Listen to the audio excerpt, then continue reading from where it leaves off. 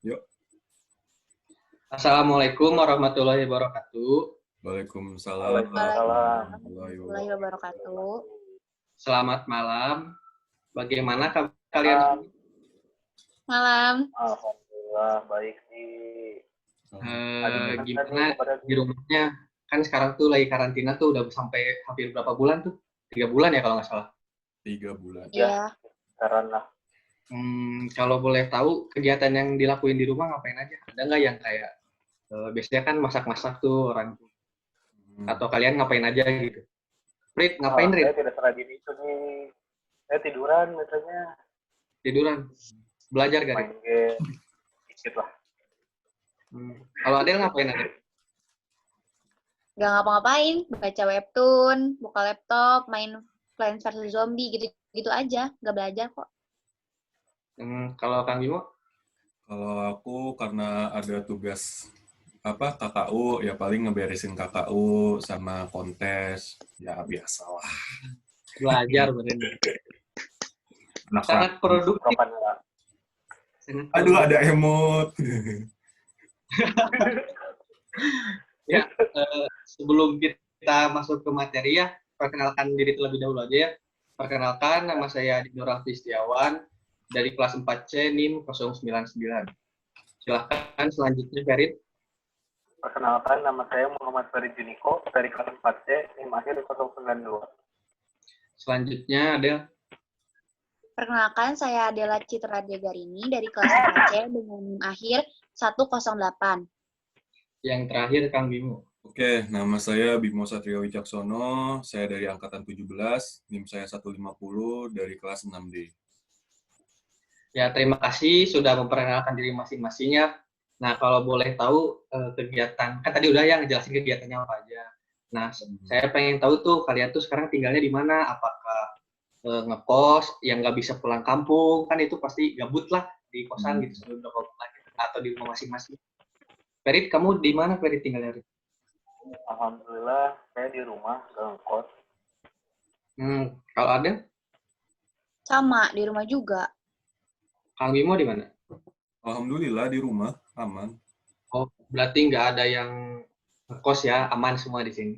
Aman, alhamdulillah.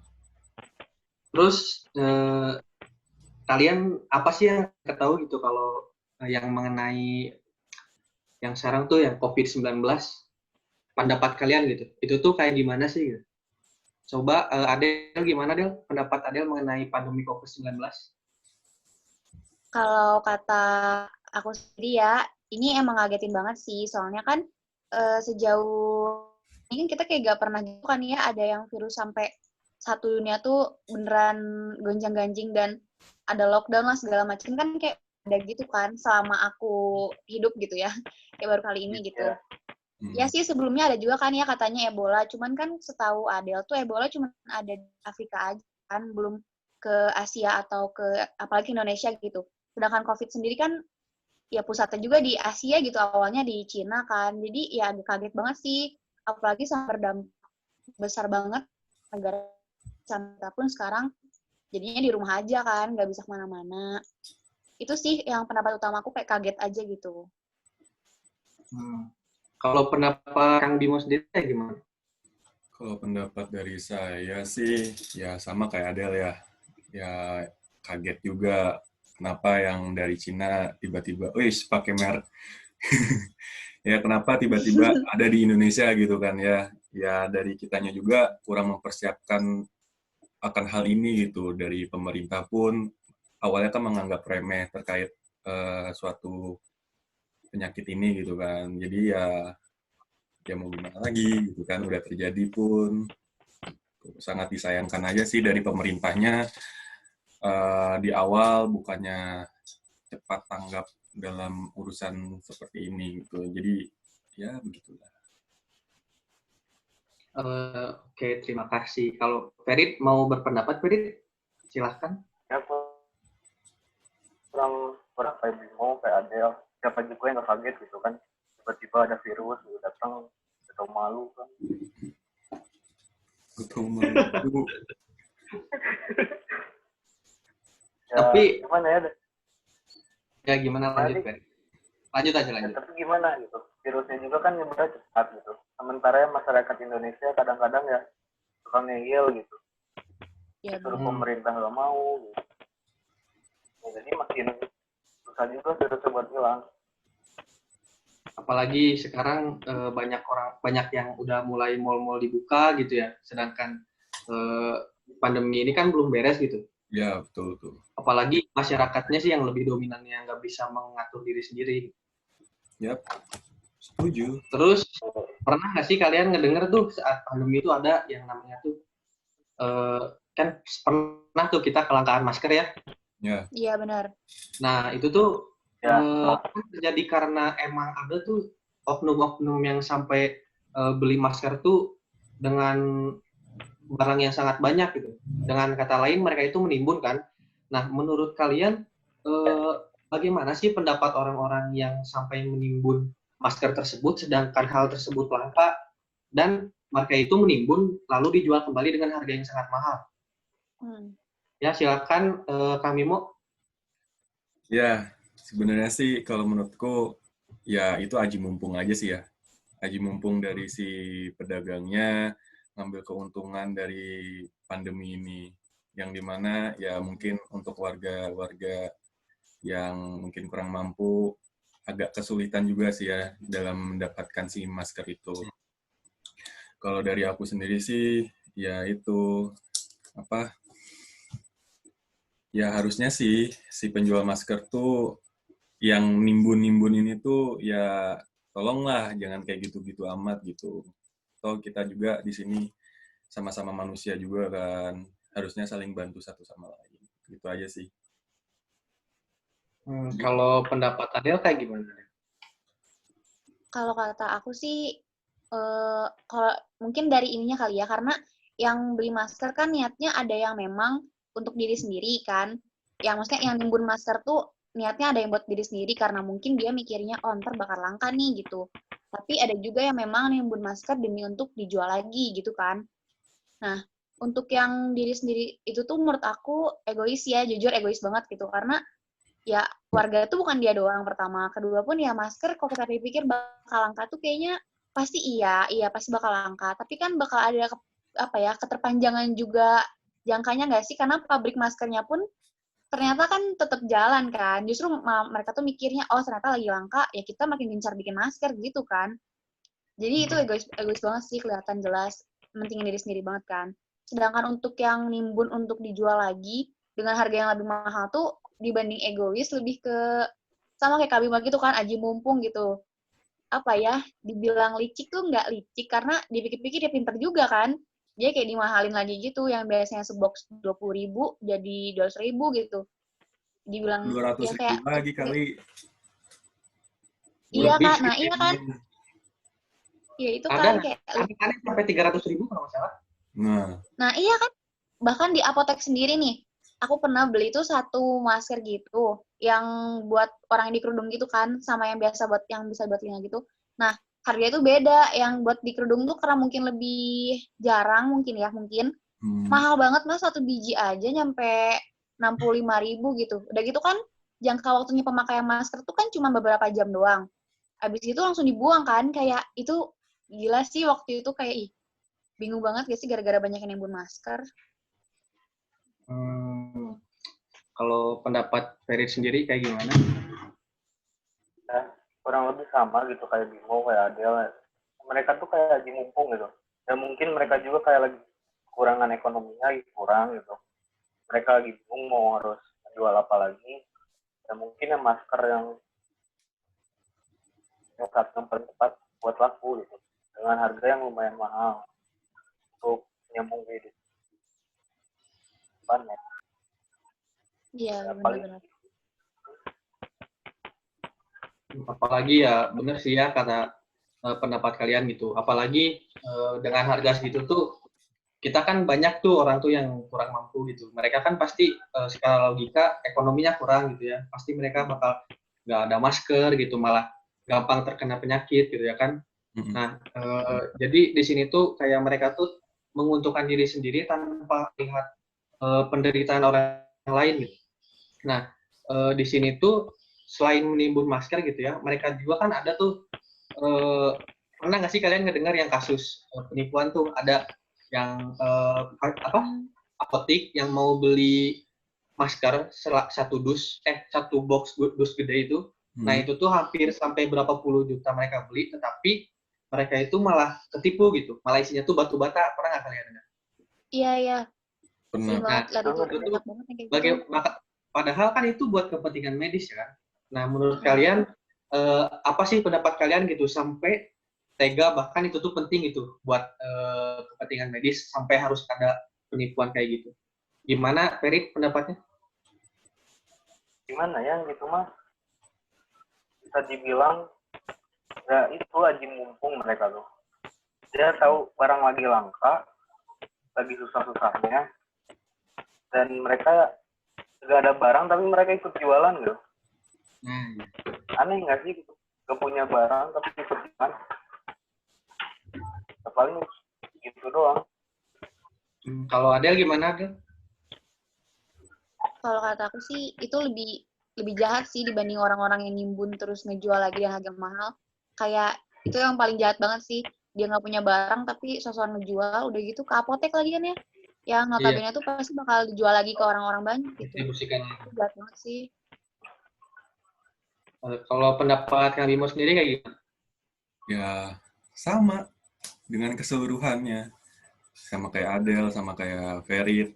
Yang dimana ya lebih baik yang aji mumpung melipat gandakan uang. Sebenarnya nggak bagus juga sih. Cuman daripada menipu dengan mengisi dengan batu bata, itu nggak keotakan banget gitu. Apalagi kan apotek tuh yang dimana si pemilik apoteknya juga kan mencari nafkah lah istilahnya dari orang-orang yang kerja di situ tuh.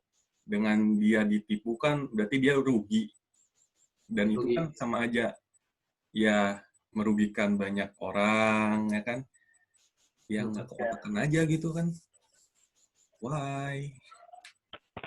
Ya, tapi dipikir-pikir ngapain gitu ya, kayak gitu tuh kayak benar-benar nggak habis pikir lah bisa sampai nipu-nipu orang sampai puluhan juta kan gitu. Namanya juga otak dari warga negara berkembang, ya maklumin aja gitu. Pemikirannya tuh untuk diri sendiri, wajar. Ya harus gimana lagi coba. Egoisnya tuh lebih tinggi ya.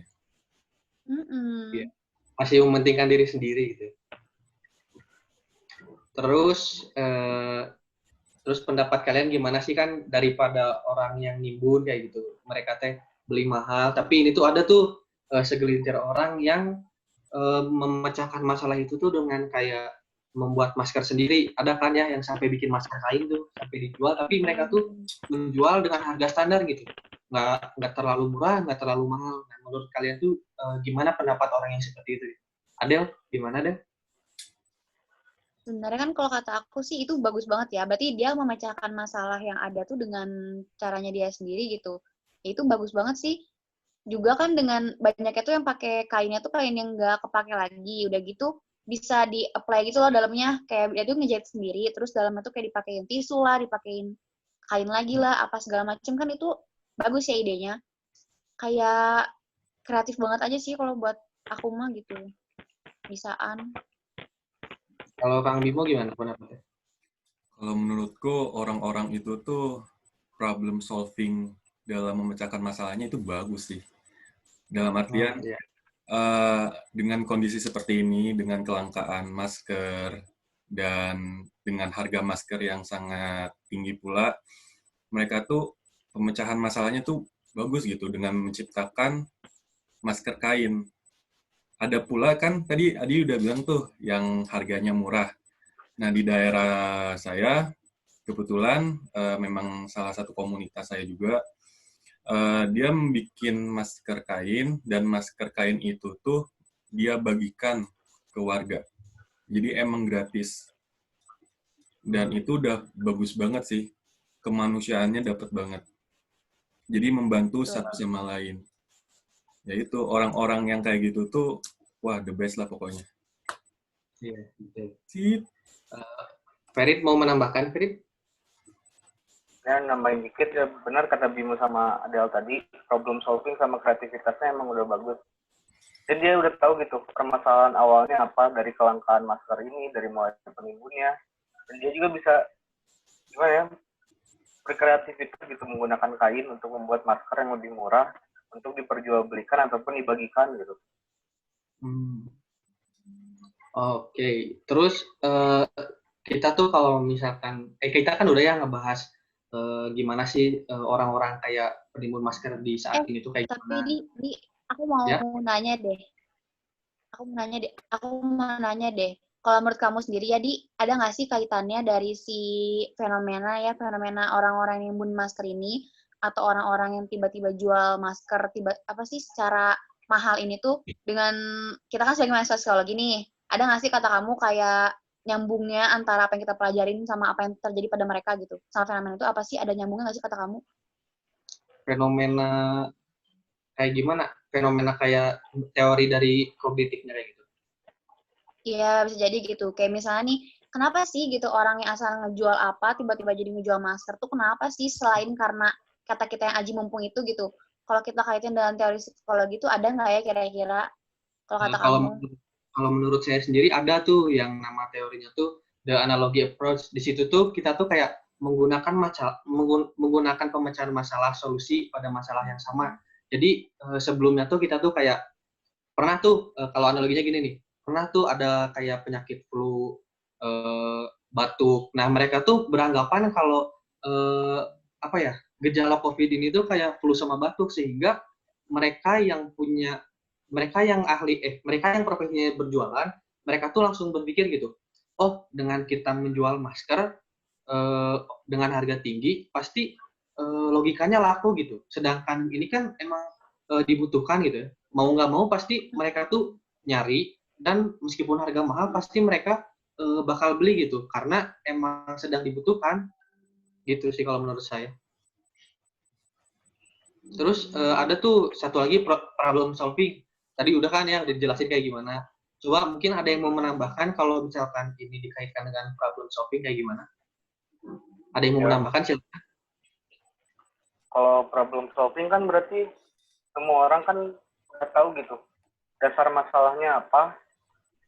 Jadi mereka pasti sudah menyiapkan strategi gitu buat kedepannya bakal gimana.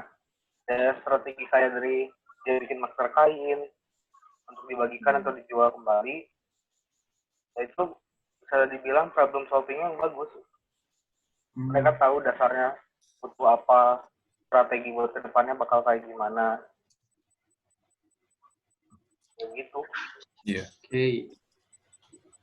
Ada yang menambahkan lagi nggak?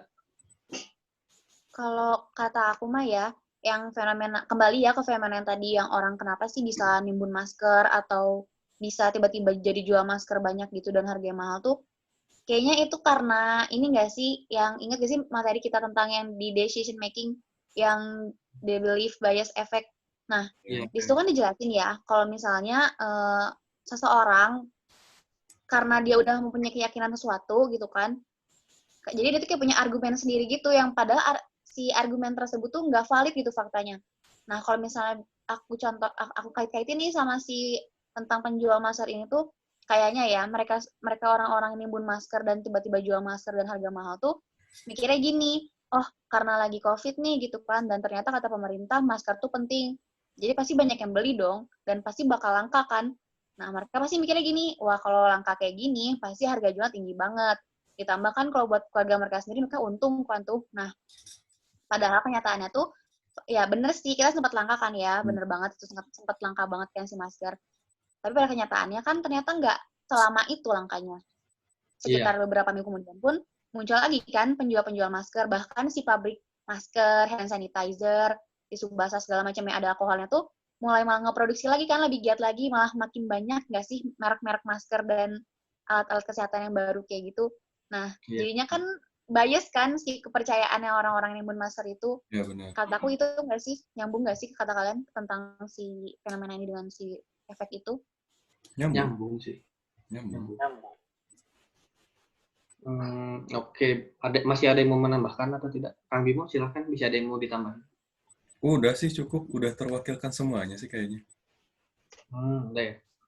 Oke tuh, kalau boleh tahu ya kan tadi kita tuh udah ngejelasin tuh apa ya, kalau masuk teori kognitif kayak gimana, terus tuh problem solving yang bagus kayak gimana. Nah ini tuh saya menanyakan mengenai ada nggak sih solusi yang bisa kalian berikan gitu untuk orang-orang yang menimbun masker tersebut, gimana untungnya, baiknya tuh kayak gimana seharusnya gitu.